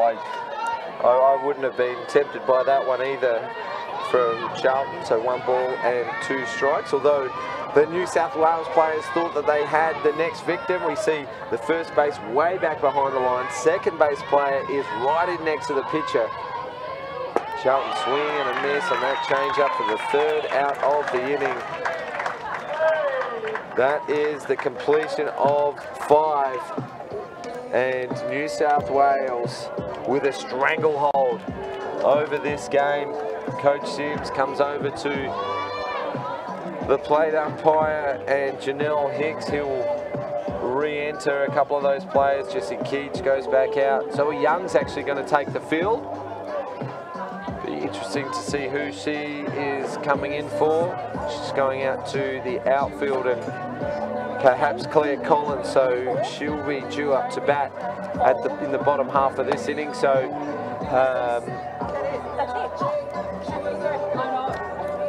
Jessie probably called for it a couple of innings ago to see if South Australia could bring a couple of players into the game to maybe shake things up a little, try something different, and Coach Butch Sims has done that. It is in the 6th inning now. Is it too late? Is it the right time? Is he just trying to bring these players into the game?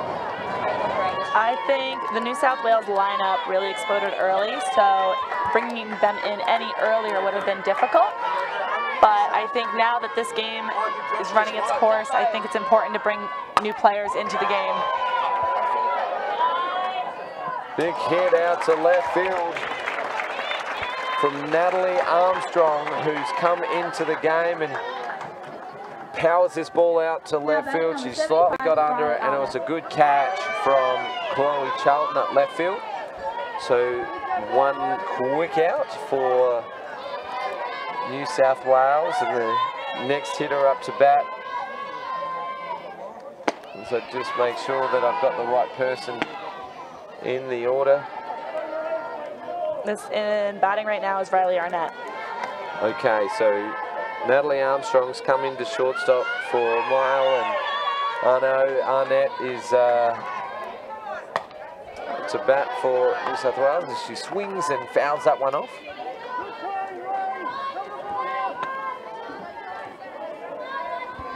Top of the 6th, and with 1 out, 1 ball and 1 strike the count, New South Wales look firmly in control of this game. Lily Fidge pitching for the SA team, and Oro just fouls that one off to the right side.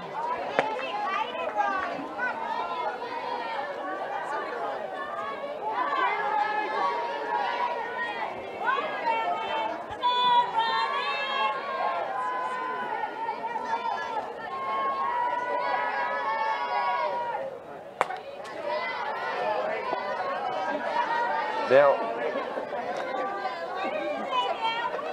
the changes that we were talking about, the teams will want to, you know, they'll be thinking a little, mostly with their head, but a little bit with their heart, don't you think, that the players that are in the dugout, on the bench, particularly for New South Wales, will want to be a part of this. So I wouldn't be surprised if we see some changes made for the maybe the bottom half of the sixth, even the seventh inning, if we get there. But at the moment, New South Wales lineup remains as it was after there was one pinch hitter, and now Emily Paul comes into bat. Well, looking at the 6 names that are listed for the bench of New South Wales, there is not a single name on that bench that I have not heard contribute, that has not contributed to this team this whole week. So I know that they'll all be very grateful for this team win, and although they might not see the field during this game, it's wrapping up pretty quickly. They're all going to be celebrating, I'm sure. Well, Hannah McKean played third base a couple of nights ago. We've seen Rickson before. Georgia Barton, has that name come up over? Yeah, she's the first base player. You know, a couple of infielders there that might be able to come into the game, and then we know that Charlie Orsini's a pitcher. Rickson's already come in. Natalie Armstrong's gone into shortstop, and Amber Gunn's gone out to right field. So there's just the 2 players that may still come into this game yet, and 3 players that may still come into this game yet. So Millie Fitz just puts that one to the back of the net just to mix it up a little bit ahead of the count. You don't want to throw too many pitches in the strike zone because, you know, a good batter will make you pay. And so in that situation with no runners on and ahead of the count, 0-2, that one's not bad. So Paul will probably be looking to defend the strike zone here, maybe catch her swinging, and she does with a change of pace. Gets a great piece of this ball, goes over the head of left fielder Chloe Charlton, and it's running away to the fence. So Emily Paul is going for third, and she's going to get caught short. So a smile on her face says it all. She probably took on a little too much there, and great effort from South Australia in their defence. It went over Chloe Charlton's head. She ran it down. She got the throw in. Let's watch the statewide super replay. Got a fair bit of it. Chloe Charlton ambling after the ball and gets the ball into the cutoff of Jessie Geach, who fires it across the Cara Schultz, and almost a head-on contact. So, well, oh, gee, that tag was high. The runner didn't really slide, did she? She sort of fell into third base, but Schultz had the ball, so she can be there if she wants. Heavy contact made, but I'm sure they're both solid. Okay here. Yep. Well done to the SA defense. They've gone 2 consecutive innings without giving up a run, which is very important because they were flirting with run rule territory. We do see the New South Wales pitcher Grace Rickson continuing. And you know what, Jesse, I do not think that Charlie Orsini is very far away at all, because I think she's a bit of a favourite with the way that she goes about it. She's just so full of energy and life, and take no credit away from Rickson. She's an unassuming and honest player, which I do like. But I also like the energy that Orsini does bring. So I mentioned it before, the New South Wales bullpen, the pitchers that they have, they're all very different, but they balance each other very well. So you have the lefty in Gilmore, you have very composed and strong Rickson out here, and then Charlie Orsini with her great energy and excellent presence on the mound. I would love to see her come out here in the 7th inning and wrap this game up for New South Wales. So we will see. I think Coach Sims here is looking. Yeah, there's he's going to his bench. It is the right time. I do support these changes that he's making, because not only does it change things up a little bit because, you know, the players might be down a little bit, the ones that have been on the diamond, but this also gives some new energy to the game as well, bringing in a player off the bench. And these girls are all good players. I mean, this South Australian team has come together very well and contributed together to get where they are in this game. So going to the bench, and Simi Dhaliwal it is that'll lead off the bottom of the 6th inning, is one of those players that Coach Sims has been able to trust and you know, put in the lineup throughout the week. So she patiently sees this one through for a ball. So good start here from Simi, and if she can get on base, we're going to see the DP Millie Fidge up to bat, who also got on base earlier, so things might start to happen. Just need to get off to a positive start here. Absolutely. High for ball 2. Way out west, we see SA still leading in the bottom of the 6th, 3 runs to 0. So it looks like WA are down to their last 3 outs, as SA probably trying to put another one on. There's no outs, and they'll go to the top of their order in this bottom of the 6th inning. So SA Stars in good shape. Well, we know it's not over till it's over, and WA still have one more chance to get back in the game. So here we go. 2 balls and no strikes for Dhaliwal, and high for ball 3. So excellent turn at bat, and you know, Rickson's thrown them in high, probably knowing they've done their work on their batters. You can tell all week, because of the runs against has been so low, and I would say that the work that they've done on Simi just isn't paying off on this occasion, and 4 high balls in a row, that one on the letters and just at the top of the zone. Not sure New South Wales need the help on that one, Jessie, but you'd be happy as a pitcher to get that one called a strike. Absolutely, any strike you can get. It's interesting to see on a 3-0 count that the strike zone does expand a little, and a sharp shot straight back to the pitcher, and it deflects to the third base player. And that's the point I'm just going to make. To me, that was high, and ball 4, you know, I could be wrong, all right? And I very well may be wrong, but my point is that then that forces the batter to come in and chase that high pitch. That one was on the letters as well, and she gets out. So it's turned into what should have been a walk, in my opinion, and it is only my opinion, and it's turned into an out. And, you know, that's, you know, going against the team that's trailing 6-0, you know, they're not really in the game. New South Wales hasn't given up more than 3 in a game before. I don't see anything wrong with calling that one a ball 4 in that situation, whether it's close or not. I know the umpire calls it as she sees it, just like we do in the commentary position. But it's going to be hard for the SA girls to get back as it is. But it's all said and done.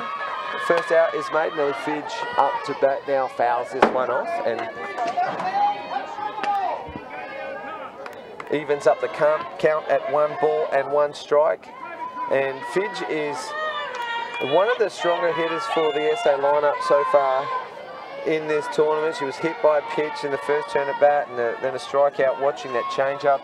The second time around, she gets another change-up and grounds it over to shortstop. And Armstrong not in time, and slight fumble on a slightly bad hop there.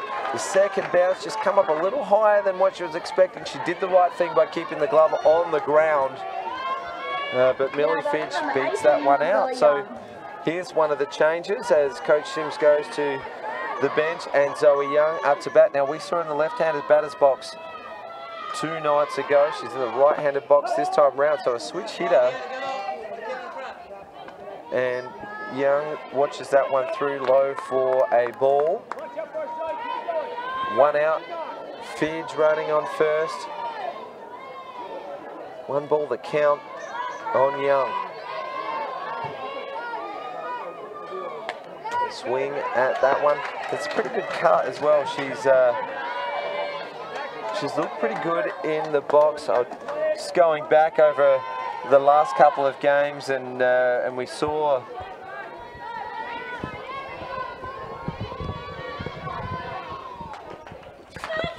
we saw that Young was in the lineup, batting in the second spot, catching 2 nights ago. Change up, a called strike, gets away from the catcher.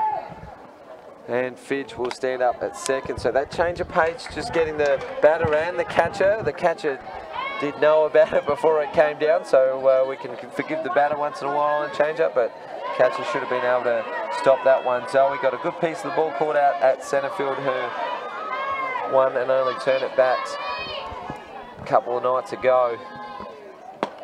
Swing and a miss, so that one just out of the zone, and 2 outs now in the bottom of the 6th. Cara Schultz, the batter, coming up for South Australia.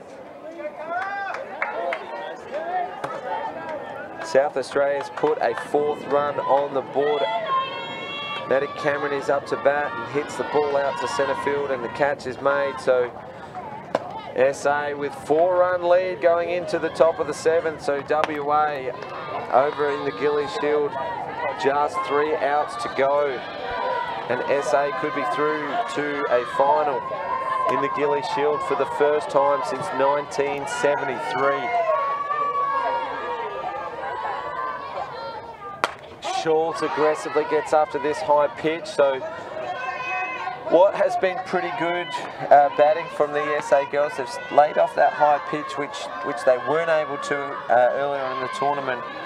They are now almost seemingly needing to get after that high pitch just to protect that strike zone. Absolutely. Rickson's working around the zone a little bit here. She's throwing a lot of pitches. Schultz drives this one to the right side, and it's going to get away from the right fielder in Garner. Run's going to cross the plate. Millie Fidge scores from second base, so they're on the board. Courtesy of the Cara Schultz double to right field. That's her second hit of the game. She had a single last time to centre field, and this one goes right side. The ball just keeps on running. Gun slides and stops the ball to the cut-off player, but Schultz is already there. She's got that good swing as well. I love that swing of Cara Schultz, a double to right field, and they're on the board, so the fight in SA. It's great to see. Neve Adams, the hitter for South Australia now, is up to bat. She watches that one through for a called strike, and wouldn't we love to see Neve keep the ball rolling here for SA. Youngest player in this SA team. It's 2 outs with a runner on second, 6 runs to 1. Another run here. Swing and a miss. Yeah, another run here would be very handy for the SA team. Definitely being aggressive in the box. Coach Sims gives her a look, tells her to take a breath here as she settles in for this pitch.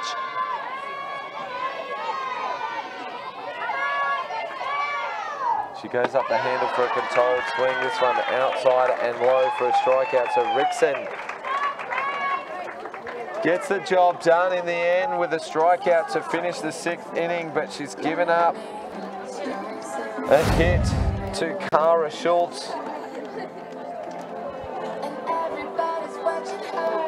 After Millie Fidge got aboard from the error from the shortstop. Moved to second on a pass ball, and then a double to Cara Schultz as we see the statewide super replay. Schultz with a big cut to the right side, goes opposite field, getting her hands to the ball. Millie Fidge easily scores. Only if it was that easy the entire way around for South Australia, because 6 runs to 1. We're going into the top of the 7th, so as much as New South Wales are in control, this has actually been the closest game between the two teams in 4 encounters so far in this tournament, so the dominance showing. Is this the only matchup against New South Wales and South Australia that has gone the full 7 innings? So it is great to see that the South Australia team has stepped it up and has learned from their previous games against this New South Wales strong defensive, offensive, and pitching lineup.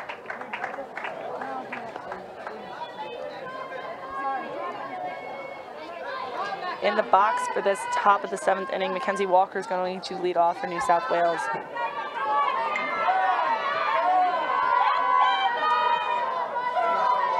Well, I've got an interesting stat for you. Let's watch this first pitch from Millie Fitch. As she deals, it's a low ball.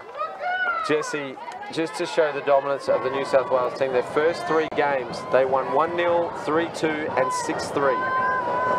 Since then, they have run-ruled every team since. Wow. That is very impressive from such a young team at a Nationals like this. All of the teams here have trained very hard, have worked for months leading up to this, and they are all excellent teams here. So for New South Wales to assert their dominance over these teams has been very, very impressive.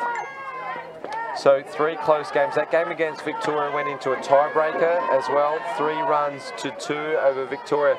And then after then, their 4th game against ACT, 7-0, 9-1 over Victoria, 7-0 over South Australia, 12-2 over Queensland, 15-0 over WA, 9-0 over ACT, 11-1 over SA, and they beat SA in the major semi-final, 11-1 as well. So it's been such a dominant tournament for New South Wales. So full credit to this South Australian lineup to restrict them to just the 6 runs in the first 6 innings, but a lead-off walk for New South Wales.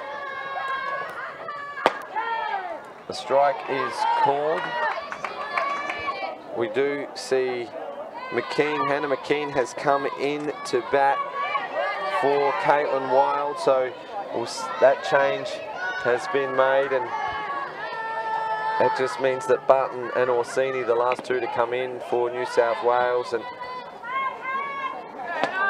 2 outs in the top of the 7 over in Western Australia. So WA down to their last out in what looks to be a dominant performance from the Stars, shutting out WA to this point. It's 4 runs to 0. It's 2 out. It's an 0-2 count, so they're down to their last strike. As the SA players appeal for a swing on that pitch. No is the call, so 2 balls and 1 strike.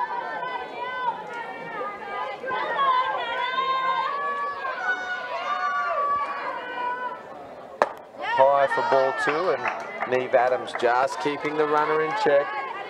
And there it is, South Australia from the Gilly Shield win the preliminary final, and they are through to their first Gilly Shield final since 1973.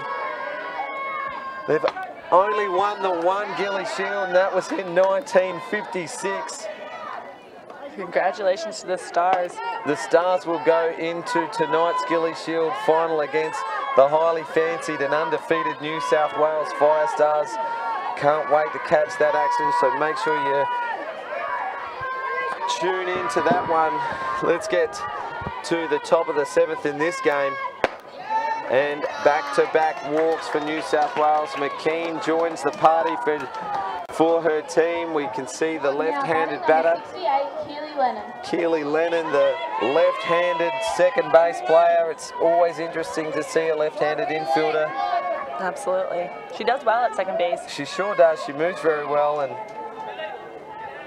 amazing news out of Western Australia to see the Stars go through to the grand final.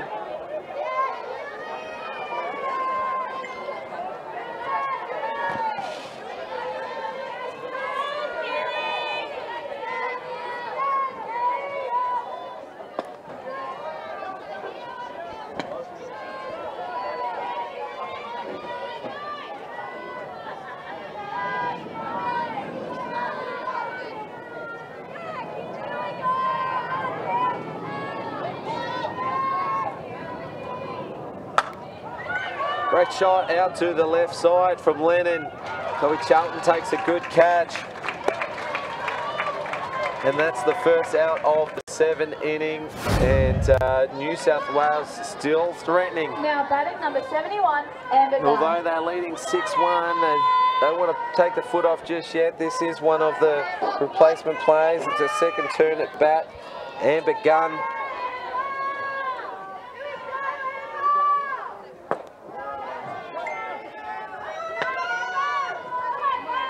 My phone is running off the hook here of messages to share the news of the Stars making the first final since 1973.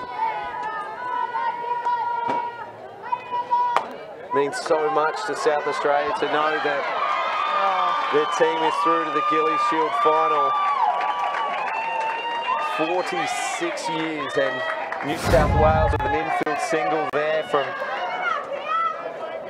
from Amber Gunn. We see the statewide super replay, advancing the runners to second and third. A timeout being called for the SA team. It is loaded bases with the one out. They'll try to play tight. We go back to the top of the order for the DP, Maddie Baker.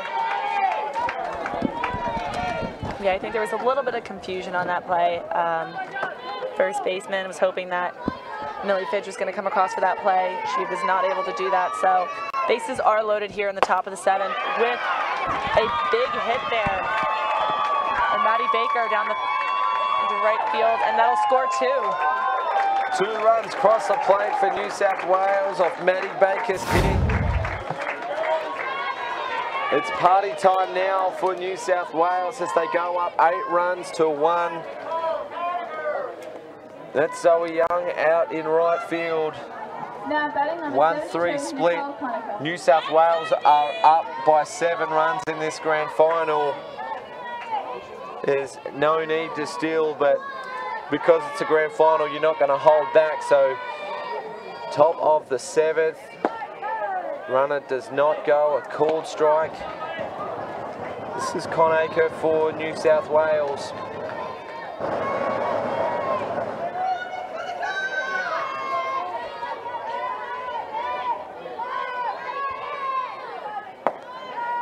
Low for a ball as Conacher just still a job to do. She's moving from the back of the box to the front of the box. Intent here to slap the ball through the field and put that extra run on the board. This one goes foul, and we see a slight shift there. Jessie Keach takes a couple of steps inside the line and a couple of steps up the middle.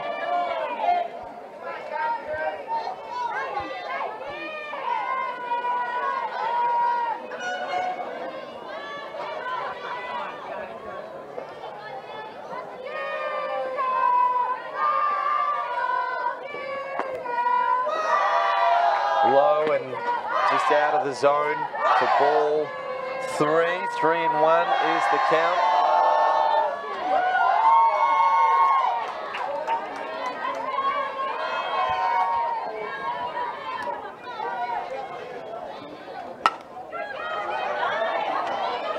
Great catch, Jessie Keach running back with the flight of the ball. Second out, runners remain at 1 and 3.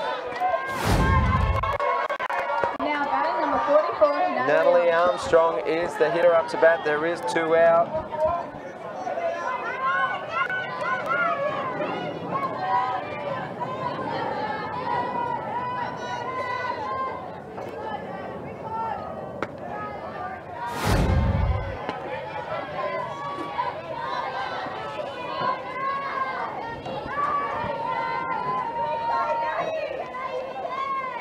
Well, the SA defense still putting on that defensive signal for the 1-3 split, just in case the runner goes. Fidge deals, the runner does take off, and just an allowed steal in the end. SA are going to have to go back to the drawing board. This team will move up into under 18s next year, as will these New South Wales girls. And if the SA team can get it together and put up another great performance as they've done in this tournament, next time they face New South Wales, they'll want to be right on top of the areas where they were slightly lacking in this tournament. And Armstrong has a big cut at that one with 2 runners in scoring position and 2 out here in the top of the 7th. New South Wales leading 8 runs to 1. And the areas to improve on for me, Jessie, communication in the field, Definitely. going hard for the ball as well. So we do have a sprint program here in SA, so perhaps this team needs to work on that as well. So intensity as well, both in offensive and defense. Great change of pace from Millie Fidge to Excellent end the New pitch. South Wales 7th inning. They do put 2 on the board, so SA are going to have to put 7 runs on the board this inning to get close, to even to take it on to another inning. And Jesse, I just want to thank everyone involved in this tournament. I'll say my thank yous now because of the heat and the back-to-back game here. Our equipment is running on empty. The heat is taking its toll. Very special thanks to Spacequake Sports and their crew. You've done one hell of an effort, and I thank you for that effort over the course of the tournament. Not only do you bring the best coverage of softball in this country, it's probably second best in the world after ESPN's coverage of the College World Series, and you know, just into context, they are a massive company compared to our local South Australian-based live streaming production company that you deliver for us, David, and your team. I'm so grateful and thank you for that.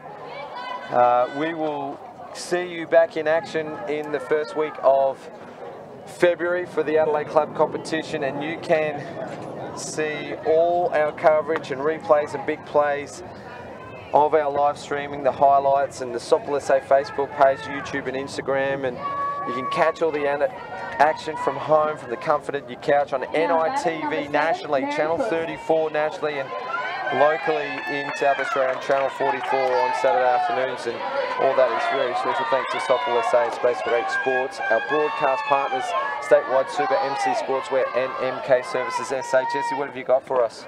We have Charlie Orsini out on the mound for us for New South Wales. Like I have mentioned before, she's an excellent pitcher with excellent energy. She's bouncing up and down out there. She talks to her outfield and her infield. She points at her catcher. I absolutely love watching her pitch. I think we have a timeout here, but it is exciting to see her out here for the 7th inning.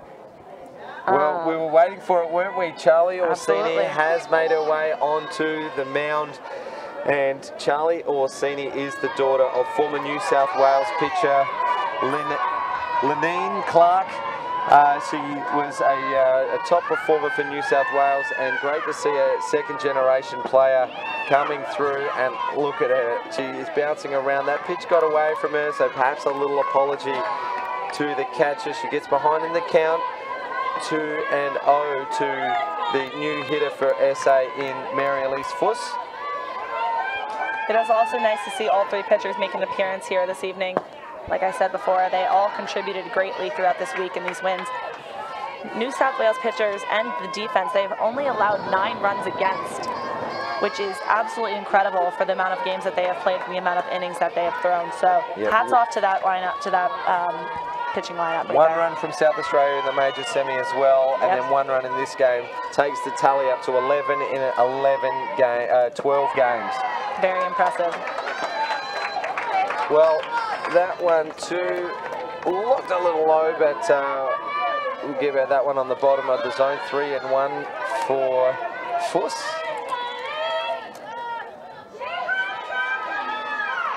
Orsini will deal here, and good aggressive intent there from Fuss as she nearly beats it out.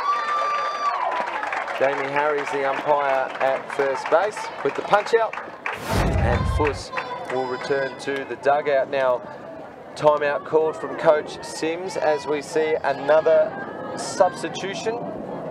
This is Araha Munro. We normally see her on the pitcher's plate, and she has been known to be a capable hitter in the local competition here in South Australia for her club team, the Seacombe Tigers.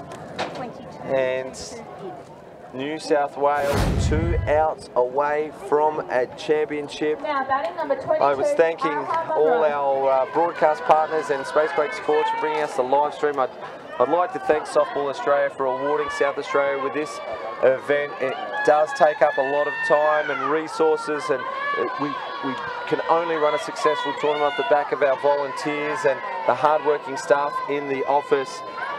We don't know when we're going to host a national championship again. Hopefully it's not too far away, as the under-17s, which will change to 16s, will change to Victoria next year, and